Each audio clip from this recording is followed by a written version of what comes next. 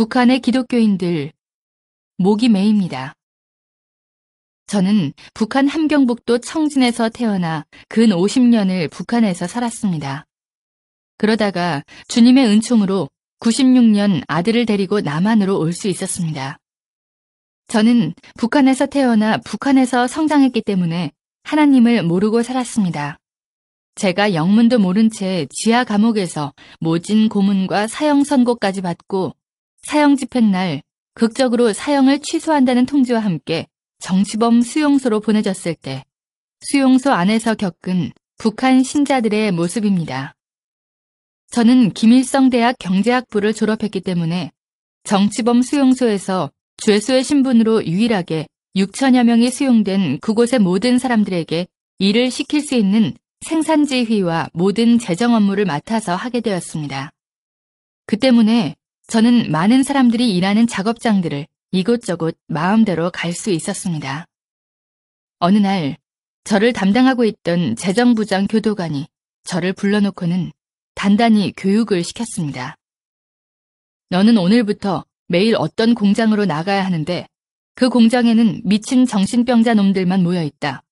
그 미친 정신병자 놈들은 당과 수령님을 믿지 않고 하늘을 믿는 미친 자들이니 너는 정신을 바짝 차리고 그곳에 가야 된다. 그리고 그 미친 자들하고는 절대 눈길 한번 마주치지 말아라. 그렇지 않고 네가 그 자들이 믿는 하늘을 믿게 되면 네 목숨은 여기서 끝나게 될 것이다. 그런데 거기 가서 그 사람들을 보는 순간 나는 너무 놀랐습니다. 그들은 사람의 무리 같지 않았습니다. 1500도 이상 시뻘겋게 타오르는 용광로의 고열 노동 작업장이었는데 그곳에서 많은 사람들이 움직이는 걸 보았을 때 무슨 짐승의 무리 같기도 하고 외계인 같기도 하고 도무지 사람의 모습을 찾아볼래야 찾아볼 수가 없었습니다. 머리에 머리카락이 붙어있는 사람은 하나도 없었고 얼굴은 해골 같고 이빨이 하나도 없었습니다. 키가 다 줄어들어서 120cm, 30cm 이렇게 땅에 딱 붙은 난쟁이들만 움직였습니다. 나는 가까이 가서 그들을 보았습니다. 전 너무나 놀랐습니다. 잡혀올 때는 정상인들이 잡혀왔는데 거기 와서 하루 16시간, 18시간씩 먹지도 못하고 그 고열 노동 속에서 일을 하다 보니 그 사람들은 척추가 녹아내려서 뒷잔등에 혹이 되어 있었고 몸이 다 휘어져서 앞가슴하고 배가 마주 붙어 있었습니다. 그 사람들은 한결같이 모두 그렇게 육체가 망가져 기형이 되어 있었습니다. 아마 프레스로 찍어도 한 판에 그렇게 똑같은 모습으로 찍기는 힘들 거라고 생각합니다. 그 사람들이 일하는 작업장에는 교도관들이 수시로 드나들었는데 교도관들은 말로 일을 시키지 않았습니다. 소가죽 채찍을 윙윙 휘두르고 다니면서 묵묵히 일하는 사람들을 사정없이 내리쳤습니다. 예수를 믿는 그 사람들의 몸에는 옷이 입혀져 있지 않습니다. 저는 처음에 멀리서 그 사람들을 보았을 때 모두 다 검은 옷을 입고 있는가 했습니다. 그런데 가까이 다가가서 찬찬히 보니 그 사람들은 맨 살가죽에다 앞에 시커먼 고무 앞치마 하나만 걸치고 있었습니다. 용광로의 뜨거운 불꽃이 앙상하게 말라붙은 살가죽에 튀고 또 튀어 딱지가 않고 그 자리에 쇳물이 또 떨어지고 타버리고 해서 그 사람들의 피부는 한 곳도 성한 곳이 없었고 마치 짐승의 가죽과 같았습니다. 어느 날 저는 그곳에서 정말 말로 전하기 힘든 너무나 끔찍하고 참혹한 광경을 목격하게 되었습니다. 어느 날 오후 제가 공장 문을 열고 들어섰는데 공장 안이 쥐죽은 듯 고요했습니다. 작업장 한가운데 수백 명의 그 죄수 아닌 죄수를 모아놓고 담당 교도관 2명이 눈에 핏발을 세우고 미친 듯이 고함을 치며 날뛰고 있었습니다. 저는 너무나 무서워서 문 옆 한쪽에 비켜 서 있었습니다. 교도관들은 수령님을 믿지 않고 하늘을 믿는 미친 정신병자 놈들이라고 소리소리 지르며 그 사람들을 차고 때리고 하면서 인간 이하의 취급을 하고 있었습니다. 교도관들은 너희들 가운데서 단 한 사람이라도 좋으니 대열 앞에 나서라. 하늘을 믿지 않고 수령님을 믿겠다고 하면 자유 세상으로 내보내서 잘 살 수 있게 만들어주겠다라고 하면서 그 사람들을 윽박지르며 하늘을 거부하라고 그렇게 채찍으로 때리고 발로 차고 했습니다. 그런데 너무나도 이상했습니다. 수백 명의 그 사람들은 왜 그런지 아무 대답도 없이 그렇게 매를 맞으면서도 침묵으로 맞섰습니다. 저는 너무나 무서워서 빨리 한 사람이라도 나서야 되는데 그래야 오늘 누가 맞아 죽지 않을 텐데 왜 계속 저렇게 입을 다물고 있나. 저러고 있으면 또 누구를 끌어내다가 밟아 죽일지 모르는데 빨리 한 사람이라도 나서야 되지 않겠는가. 그렇게 마음속으로 다급하게 생각하며 문 옆에 서서 무서움과 공포 속에서 떨고 있는데 예수를 믿는 그 사람들은 계속 침묵으로 대응했습니다. 그때 독이 오른 교도관이 그 사람들에게 달려가서 닥치는 대로 아무나 8명을 끌어내다가 땅바닥에 엎어놓았습니다. 그리고는 구둣발로 내리밟고 짓이겼습니다. 순식간에 피투성이가 되고 허리뼈, 팔, 다리뼈가 부러졌습니다. 그 사람들은 고통 중에서도 몸을 뒤틀면서 짓밟힐 때마다 신음소리를 냈는데 그 신음소리가 너무나도 이상하게 들렸습니다. 저는 그때 주님이 누군지 하나님이 누군지도 전혀 몰랐습니다. 뒤에 알고 보니 그 사람들이 구둣발로 짓밟혀 뼈가 부러지고 머리통이 부서져 나가면서 신음소리처럼 애타게 불렀던 것은 바로 주님의 이름이었던 것입니다.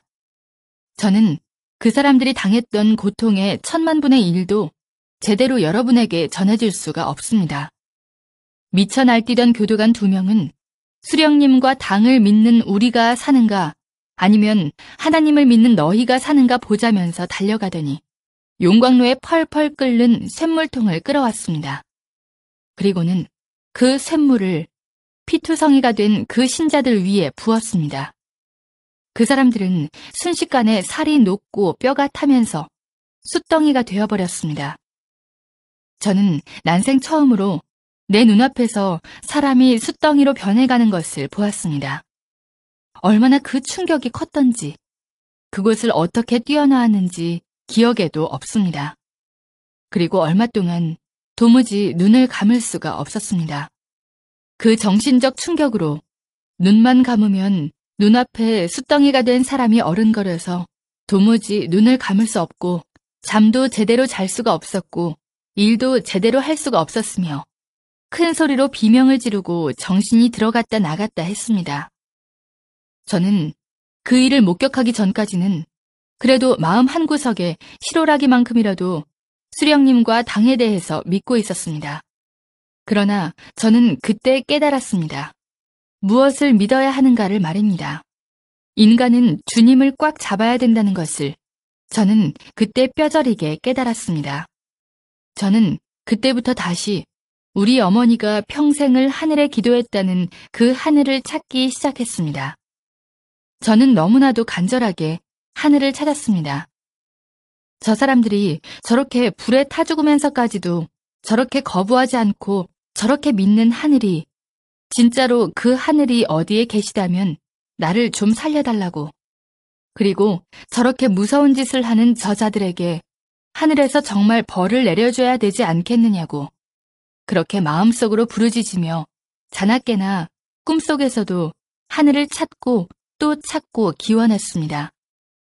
그런데 진짜로 주님께서 그 간절한 저의 기도를 들어주셨습니다.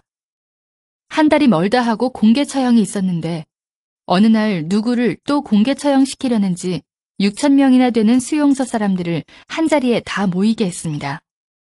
공개 처형 때는 언제나 하늘을 믿는 사람들을 맨 앞줄에 앉힙니다. 그런데 하늘을 믿는 자들은 살아서나 죽어서나 하늘을 보지 못하게 하라는 기밀성의 특별 지시와 규정이 있어서 하늘을 믿는 그 사람들을 앉힐 때에는 무릎 사이에 목을 끼우고 땅에 얼굴을 대고 엎드리게 했습니다. 심지어 죽어서도 하늘을 보지 못하게 해야 한다면서 죽은 시체도 목을 꺾어 거적에 말아서 어두컴컴한 산골짜기 나무 밑에 파묻게 규정이 그렇게 되어 있었습니다. 그날도 신자들은 하늘을 조금도 못 보도록 목을 무릎 사이에 끼우고 맨 앞줄에 앉아 있었고 그 뒤쪽으로 다른 사람들이 줄지어 앉아 있었습니다. 누구를 또 공개 처형하려는가 생각하고 있는데 갑자기 큰 소리로 내 이름을 부르는 소리가 들렸습니다. 저는 너무 놀라 쇠몽둥이로 머리를 한 대 맞은 것처럼 정신이 아찔하여 대답도 할 수가 없었고 일어설 수도 없었습니다. 그러자 간수들이 나를 끌어내다 앞에 세웠습니다. 내가 군중들 앞에 섰을 때 수용소 소장이 나에게 고마운 수령님과 당의 은덕으로 너는 이 시각에 석방이다 라고 통보를 했습니다. 바로 그 순간 목을 무릎에다 끼우고 맨 앞줄에 엎드려 있던 신자들이 내가 석방된다는 소리에 약속이나 한 듯이 동시에 고개를 번쩍 들었습니다. 그때 저는 그분들의 눈빛을 보았습니다. 그분들은 눈빛으로 간절히 말했습니다. 밖에 나가거든 자기들의 실상을 세상에 알려달라고. 지금도 제 가슴에는 그분들의 그 간절한 눈빛이 남아 있습니다. 그리고 우리 어머니가 평생을 빌고 또 빌은 그 하늘이 한 번 들어가면 살아나올 수 없는 그 악명 높은 정치범 수용소에서 저를 살려주었다고 굳게 믿고 있습니다. 주님께서 저희 모자를 살려주셨기 때문입니다. 저는 북한의 수용소에 갇혀있는 그 신자들의 눈빛을 절대로 잊을 수가 없습니다. 저는 그분들이 이 시대의 순교자라고 봅니다. 저의 증언으로 인해 북한 신자들의 인권 문제가 150여 개 나라에 나갔고 세계가 떠들었습니다. 유럽의 지식인 100여 명이 프랑스에 모여 북한 신자들의 인권을 위한 성명을 발표하기도 했습니다.